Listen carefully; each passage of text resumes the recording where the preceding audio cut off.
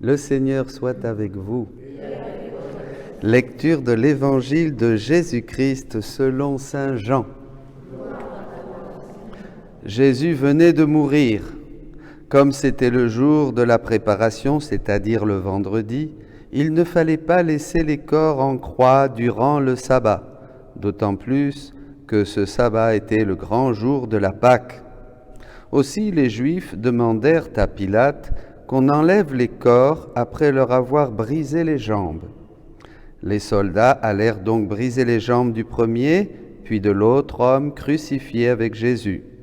Quand ils arrivèrent à Jésus, voyant qu'il était déjà mort, ils ne lui brisèrent pas les jambes. Mais un des soldats, avec sa lance, lui perça le côté. Et aussitôt, il en sortit du sang et de l'eau. Celui qui a vu rend témoignage, et son témoignage est véridique. Et celui-là sait qu'il dit vrai, afin que vous aussi vous croyiez. Cela, en effet, arriva pour que s'accomplisse l'Écriture. Aucun de ces os ne sera brisé. Un autre passage de l'Écriture dit encore, « Ils lèveront les yeux vers celui qu'ils ont transpercé. » Acclamons la parole de Dieu.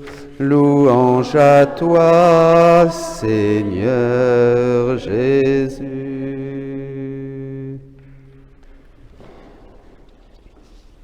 Si vous voulez être sauvés, venez à moi. En moi vous trouverez la sainteté, le soulagement dans les afflictions, la force dans la faiblesse, la paix dans les doutes, la compagnie dans la solitude. Ô âme qui m'aimez, si vous voulez m'aimer vraiment, demeurez toujours dans ce cœur. C'est ici que vous trouverez l'amour vrai pour aimer et des flammes ardentes pour vous brûler et vous consumer d'amour. Tout est centré dans ce cœur. C'est là que se trouvent les sacrements, la vie de mon Église et la vie de toutes les âmes. En lui, je ressens aussi les profanations qui se font contre mon Église, les intrigues de ses ennemis, les flèches qu'il lui décoche.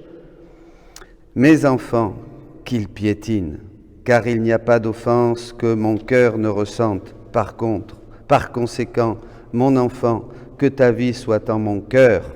Défends-le, répare toutes les offenses contre lui, conduis-y tous les gens. 24 heures de la Passion. La fête du Sacré-Cœur. Ce cœur qui a tant aimé le monde. Ce cœur qui s'ouvre quand Longin l'ouvre après la mort de Jésus et il jaillit de l'eau, du sang et de l'eau. Ce cœur qu'ont contemplé tous les saints qui nous ont précédés. Ils l'ont vu, ils l'ont contemplé. Ils ont dit des choses admirables.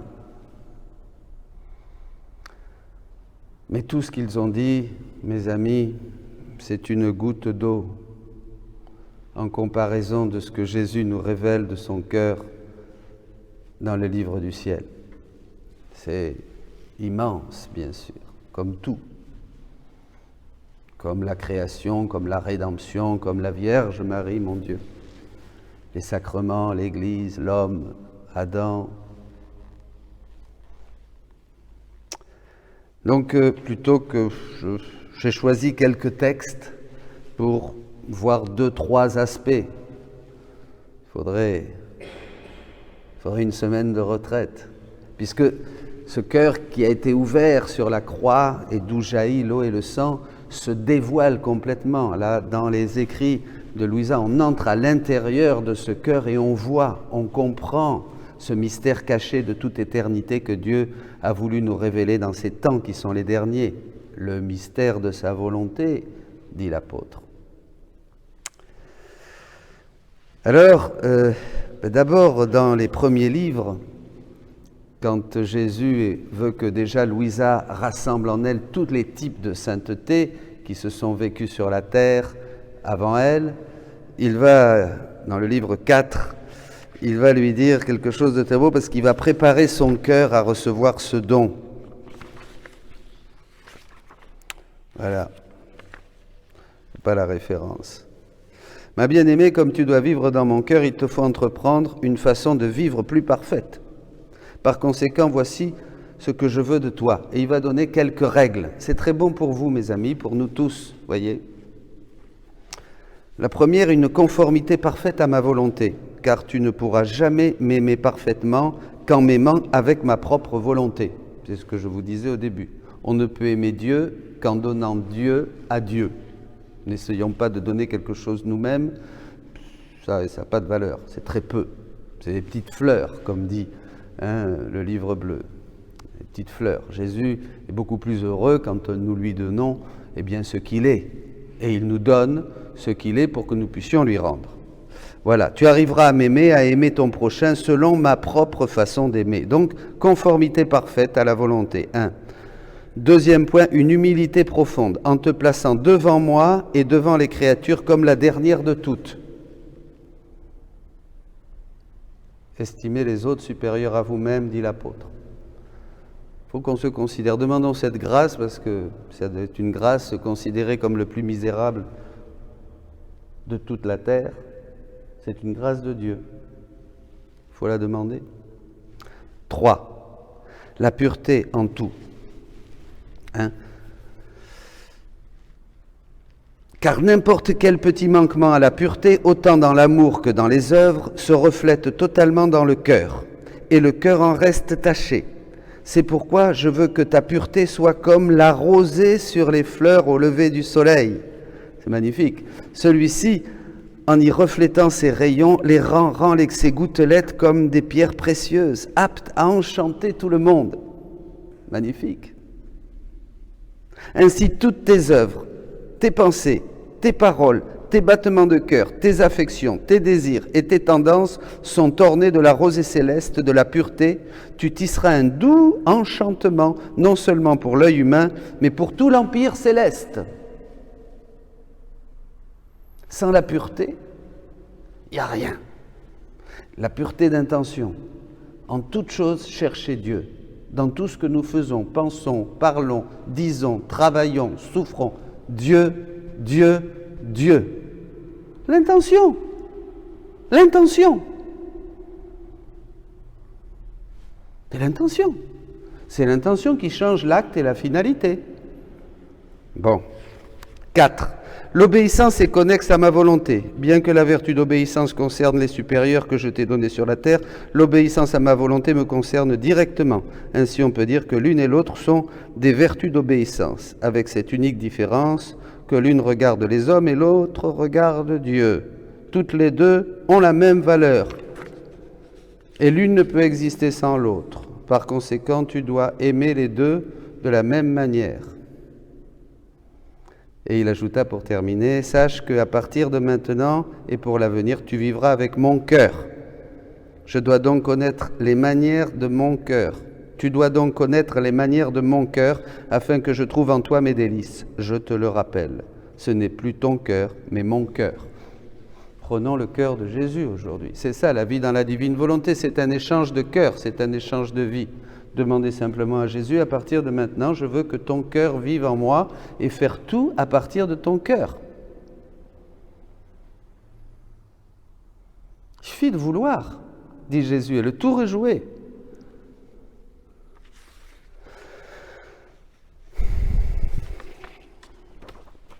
Alors, bien après, volume 12, là Jésus va nous faire entrer dans son cœur, ce cœur qui a été ouvert lors de la Passion.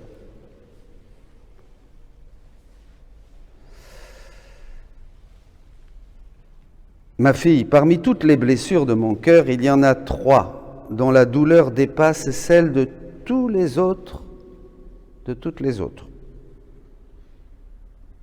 Il y a en premier les souffrances de mes âmes aimantes.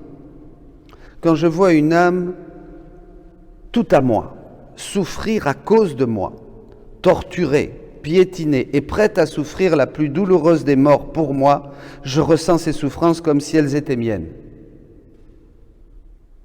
Et peut-être plus encore.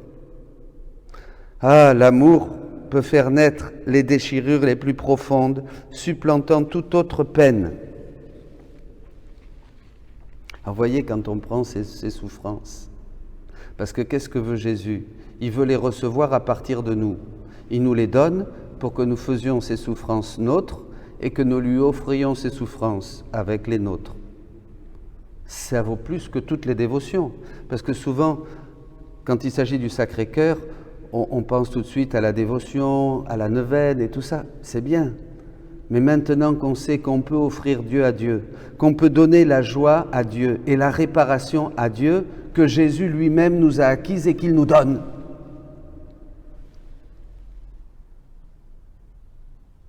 On donne Dieu à Dieu. Et c'est ça, c'est pareil dans l'ordre de la création. Je rejoins l'acte créé, je le fais mien, je m'unis à l'acte unique de Dieu et à cet acte de sa création et je lui dis, voilà, je t'offre encore, je le revis dans mon cœur et je l'offre à Dieu. Pareil la passion, pareil les mystères de la vie de Jésus, la naissance, l'incarnation, la naissance, sa vie cachée à Nazareth avec Marie, les choses les plus simples, sa prédication, ses miracles, sa transfiguration, tout ce qu'il a fait, tout ce qu'il a vécu, tout, l'agonie à Gethsémane. Je le fais mien. Jésus veut que je lui donne ce qu'il m'a donné. C'est ça, ce qui change tout dans la divine volonté. Et là, ce cœur qui a été ouvert, je le revis, je le prends, je le fais mien, puisque tous ces moments sont éternels. Je peux y aller, je peux dire, je les prends et je le donne. Sylviane le donne, Céline le donne, Reine, Dominique, Claude. Et ça donne comme si Jésus le vivait encore une fois. Vous comprenez ? Vous répétez ce que dit le catéchisme, on l'a vu hier, les états et les mystères, dit le catéchisme 521. Jésus dit, Dieu veut que nous répétions les états et les mystères de Jésus. Revenons à la première blessure, Maman Marie. Dans cette première blessure, ma mère aimante, évidemment, occupe la toute première place. Ô combien son cœur transpercé à cause de mes souffrances débordait dans le mien, et combien mon cœur ressentait toutes ces souffrances. N'importe quelle maman va ressentir les souffrances de son petit. On les devine quand on est une maman. En la voyant mourir à cause de ma mort, quoique mourant pas, je ressentais dans mon cœur l'âpreté de son martyre. Je ressentais la peine que lui causait ma mort, et mon cœur mourait avec le sien. Mes souffrances unies à celles de ma mère surpassaient tout. Il était juste que ma céleste maman ait la première place dans mon cœur, autant du point de vue de la souffrance que du point de vue de l'amour, parce que chaque douleur qu'elle ressentait à cause de son amour pour moi faisait déborder de son cœur des océans d'amour. Dans cette blessure de mon cœur entrent aussi toutes les âmes qui souffrent pour moi et uniquement pour moi. Tu entres dans cette blessure, Louisa, de sorte que si tous m'offensaient et ne voulaient pas m'aimer, je trouverai en toi l'amour compensant pour chacun. Si vous aimez Jésus avec sa divine volonté, vous compensez pour tous ceux qui ne l'aiment pas.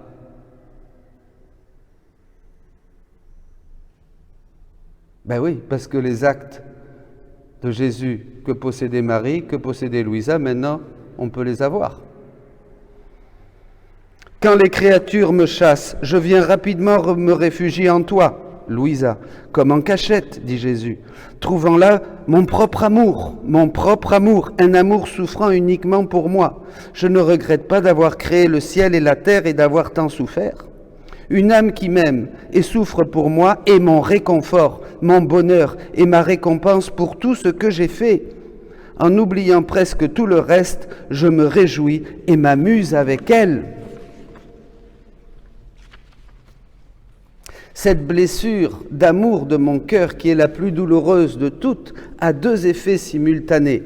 Elle me donne à la fois une douleur extrême et une joie intense, une amertume inénarrable et une douceur indescriptible, une mort douloureuse et une vie glorieuse. Ce sont là les excès de mon amour, incompréhensibles à l'esprit créé. C'est des choses incompréhensibles pour l'esprit créé, mais quand même qui nous sont révélées pour que nous puissions maintenant y participer et les vivre. On est dans une autre époque. Jésus n'est pas venu abolir, mais amener à sa perfection, nous l'avons vu hier ou avant-hier. Mais il faut entrer, il faut croire.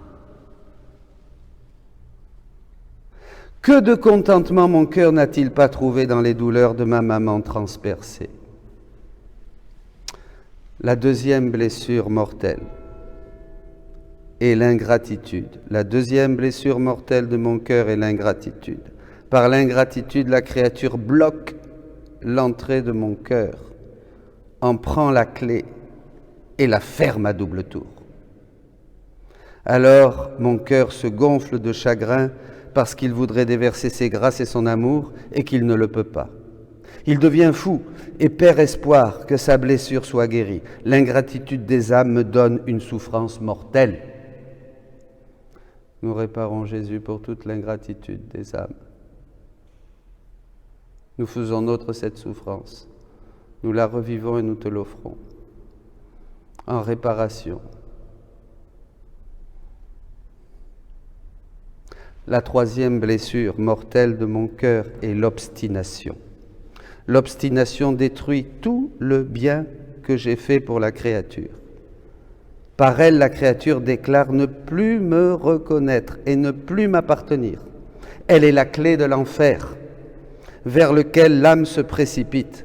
Devant l'âme obstinée, mon cœur tombe en morceaux et je me sens comme si l'un de ces morceaux m'était arraché. Quelle blessure mortelle est l'obstination pour mon cœur. Ma fille, entre dans mon cœur. Voyez là, c'est la ronde, c'est pour nous. Entrons, mes enfants, je vais dire, entrez dans mon cœur. Partagez ces trois blessures avec moi. Réconfortez mon cœur déchiré et ensemble, souffrons et prions.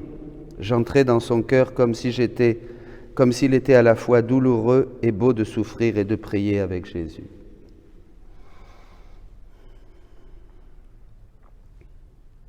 Alors pourquoi tout ça? Je vous partage ces textes, ces vérités aujourd'hui, en cette fête du Sacré-Cœur de Jésus. Pourquoi? Parce que ces vérités qui sortent de son cœur, ce que nous révèle Jésus ici, ce que nous révèlent les écrits du livre du ciel, c'est ça qui nous fait entrer dans une plénitude, dans cette plénitude, dans ces insondables richesses du Christ, disait la deuxième lecture. C'est pour les derniers temps.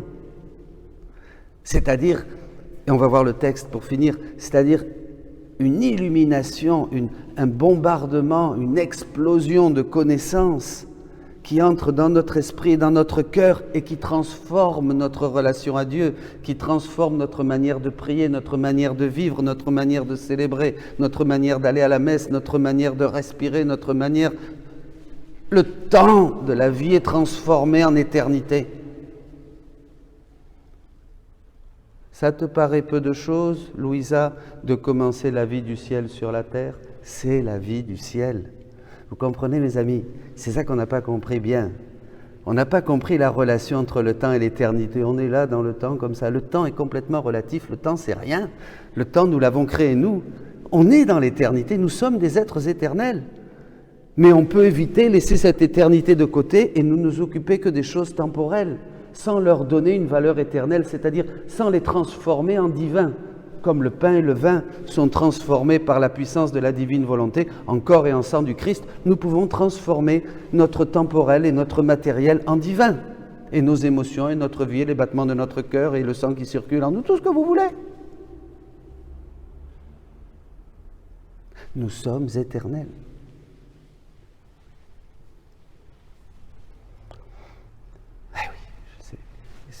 C'est incompréhensible à l'esprit créé.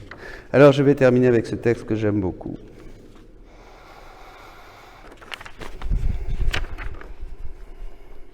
Tu dois savoir qu'après bien des siècles de soupirs cachés, notre être suprême débordé d'amour, un amour plus intense encore que dans la création et dans la rédemption même. Donc avec le temps après la création, le temps des prophètes, la rédemption, l'amour de Dieu était comme...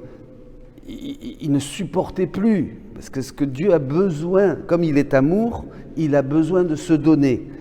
Et aimer pour Dieu, c'est un acte, et se donner pour Dieu, c'est un acte. Dieu n'aime pas avec des sentiments comme nous, vous comprenez? Nous, on aime en pensant avec des sentiments, mais Dieu est amour, Dieu est acte. Donc Dieu, quand il aime, il fait. Donc c'est épouvantable pour Dieu, la souffrance de se contenir et de ne pas pouvoir trouver des cœurs qui le reçoivent. Pourquoi? Parce que depuis le péché originel, l'absence originelle, on n'a plus l'appareil nécessaire pour accueillir l'amour de Dieu. Il n'y a que la Vierge, vous comprenez?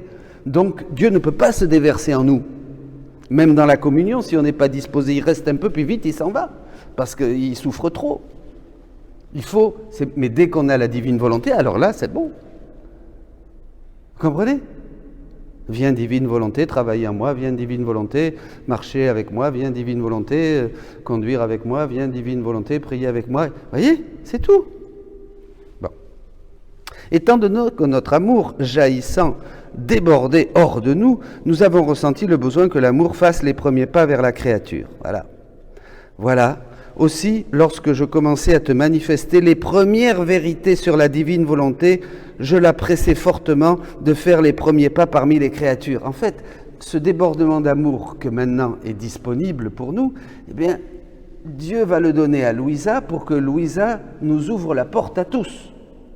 Comme Dieu a donné le Verbe à Marie pour que, naissant de son sein, elle donne le fruit béni de ses entrailles à tous les hommes, la rédemption et le rachat.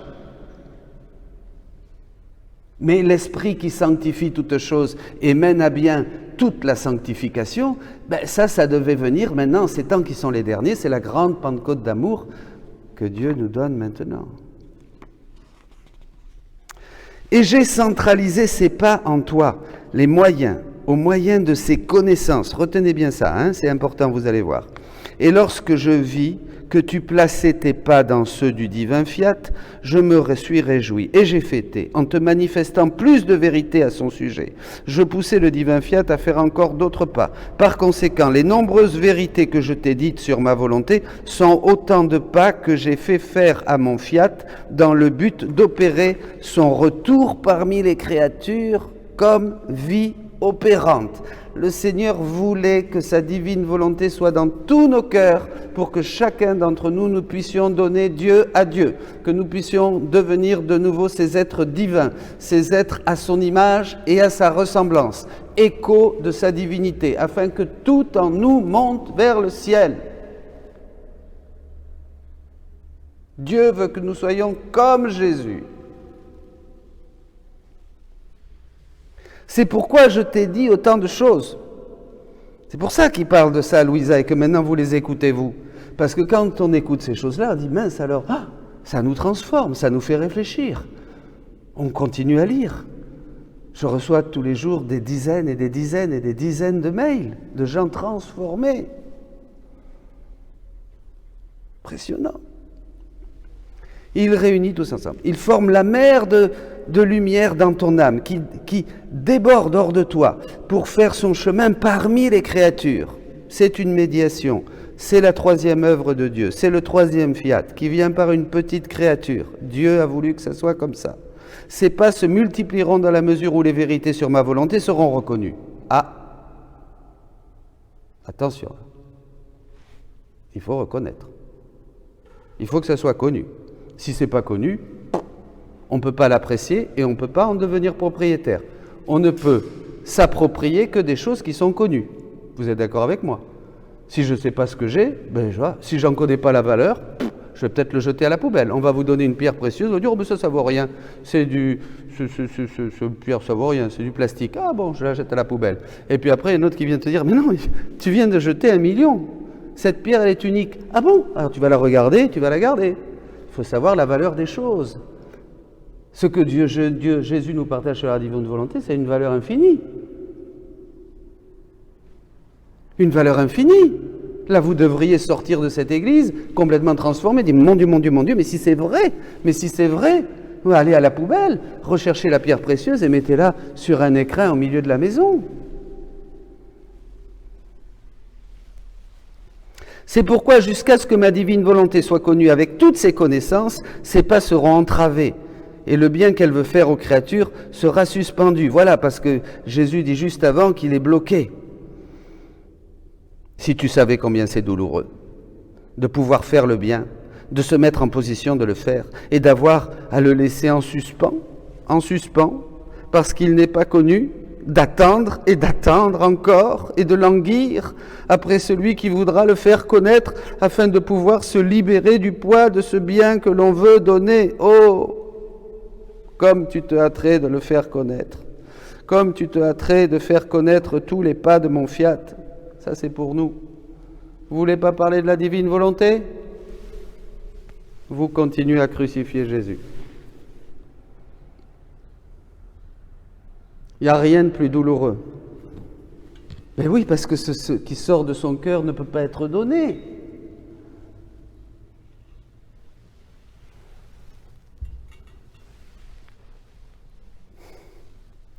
Et là, maintenant, je termine. Je voulais en arriver là. Après quoi, mon doux Jésus, oui, parce qu'il dit, plus encore, étant donné que ces pas apporteront non pas des remèdes, ça les remèdes on les a eus là, de l'aide, ça aussi on a eu des aides, des grâces, les prières, les sacrements, les saints, tout ce que Jésus, des médicaments, bon, oui on a eu tout ça, mais là maintenant c'est plus ça, c'est la plénitude de vie, de lumière, de sainteté, la totalité des biens, et mon amour jaillissant et inondant le monde entier restaurera l'ordre de la création et le règne de ma volonté au cœur de la famille humaine.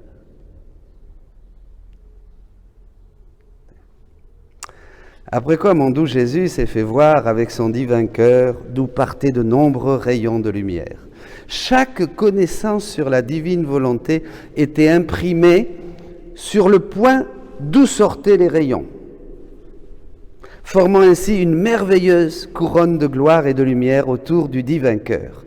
Et mon bien-aimé Jésus ajouta, « Ma fille, regarde la belle couronne de gloire et de lumière que possède mon cœur. Il ne pourrait y en avoir de plus belle et de plus resplendissante. Ces rayons sont toutes les connaissances sur ma volonté. » Voyez ? C'est-à-dire tout ce que je vous partage, le peu aujourd'hui, mais tout ce qui est maintenant disponible pour tous. Pourtant, ces rayons sont entravés, ils ne peuvent se répandre parce que leurs connaissances ne sont pas connues. Donc le peuple continue de mourir par faute de connaissances. Eh oui, si on ne connaît pas ça, on meurt. On n'est pas avec Dieu, on est à côté de Dieu. On n'est pas en Dieu. On est à côté.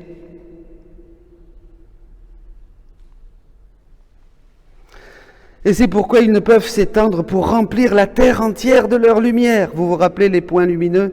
C'est comme si les rayons du soleil qui partent de la sphère étaient contraints de rester suspendus en l'air, sans pouvoir s'étendre pour toucher la terre et la revêtir de lumière et de chaleur. Eh bien mon Dieu, ça serait la joie. Là, vous imaginez le soleil? Parce que tout nous parle de Dieu. Dieu nous parle à travers tout ce qui est créé. Imaginez le soleil, il est là, poup, en haut, on voit un rond, mais il n'y a plus de rayons, il n'y a plus de chaleur, il n'y a plus de lumière. C'est un point lumineux comme ça dans l'obscurité. Et ici, on se gèle, on meurt, toute la terre, tout ce qui est créé, les animaux, tout, et nous aussi, tout le monde meurt. On ne voit plus rien. On est complètement dans l'obscurité. Vous imaginez ça? Eh bien ça, avant de se passer au niveau créé, ça se passe au niveau spirituel, quand nous ne faisons pas connaître que Jésus est le chemin, la vérité et la vie, et quand nous ne faisons pas connaître que le royaume de la divine volonté est maintenant au milieu des créatures. Et nous sommes terribles.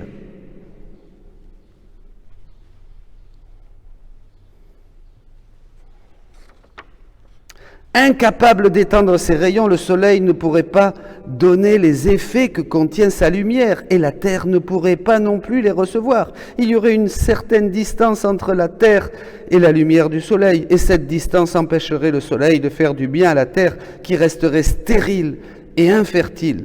Telles sont les connaissances sur mon fiat, si on ne les fait pas connaître. Leurs rayons ne peuvent pas s'étendre et prendre, pour ainsi dire, les âmes dans leurs mains pour les réchauffer, pour les sortir de la torpeur, de la volonté humaine, pour les remodeler, les transformer à nouveau dans la vie que mon fiat veut leur insuffler. Car ces connaissances sont et contiennent la nouvelle création de transformation des créatures telles que sorties de nos mains créatrices. Mes amis, le cœur de Jésus nous a tout dit. C'est le dévoilement de Dieu. Nous entrons dans ce cœur pour découvrir et prendre conscience du mystère caché depuis l'aube des temps. Et qu'en ces temps, Dieu veut révéler à ses enfants le mystère de sa volonté. Ne piétinons pas, ne jetons pas au pourceau ces vérités que nous entendons. Mes amis, faites connaître le règne de Dieu. C'est notre appel à tous. Soyez bénis.